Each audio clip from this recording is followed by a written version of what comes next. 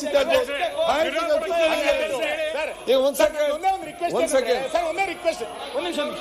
ನಂದು ಒಂದೇ ಒಂದು ರಿಕ್ವೆಸ್ಟ್ ಏನಂದ್ರೆ ಈ ಪ್ರದೀಪ್ ಈಶ್ವರ್ ಸರ್, ನೀವು ಅಸೆಂಬ್ಲಿಗೆ ಬಂದದ್ದು ಸಂತೋಷ. ಅದು ಈ ರೀತಿಯದ್ದು ನೀವು ಕೂತ್ಕೊಳ್ಳಿ. ಪ್ರದೀಪ್ ಅವರೇ, ಪ್ರದೀಪ್ ಸರ್, ನಂದು ಒಂದೇ ಒಂದು ರಿಕ್ವೆಸ್ಟ್ ಏನಂದ್ರೆ ನೀವು ಪ್ರದೀಪ್ ಅವರೇ ಸರ್, ಸದನ ತನ್ನ ನಿಯಮಾವಳಿಗಳ ಪ್ರಕಾರ ನಡಿಬೇಕು.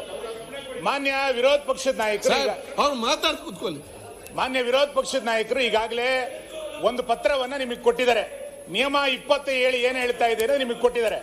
ಆ ವಿಷಯ ಪ್ರಸ್ತಾಪ ಮಾಡಕ್ಕೂ ನೀವು ಬಿಡಲ್ಲ ಅಂತಂದ್ರೆ ಸದನ ಹೆಂಗ್ ನಡೆಯುತ್ತೆ? ನಾವ್ ಹೇಳ್ತಾ ಇರೋದೇನು ಅಂತ ಕೇಳಿದ್ರೆ, ನೀವು ಎಚ್ ಕೆ ಪಾಟೀಲ್ ವಿಷಯ ಪ್ರಸ್ತಾಪ ಮಾಡಿದ ನಂತರ ವಿರೋಧ ಪಕ್ಷದ ನಾಯಕರಿಗೂ ಒಂದು ಶಬ್ದ ಮಾತಾಡ್ಲಿಕ್ಕೆ ಕೊಡ್ಬೇಕಲ್ಲ. ರಾಷ್ಟ್ರಗೀತೆ ವಿಧಾನಸೌಧದ ಒಳಗೆ ಗೆದ್ದವರು ಪಾಕಿಸ್ತಾನ ಕೂಗಿದಾಗ ಇವ್ರು ಏನು ಅನ್ನಿಸ್ಲಿಲ್ಲ. ರಾಷ್ಟ್ರಗೀತೆ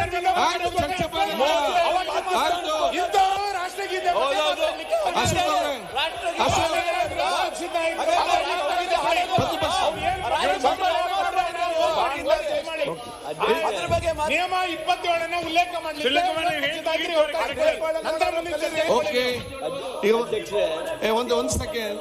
ಒಂದ್ ಸೆಕೆಂಡ್.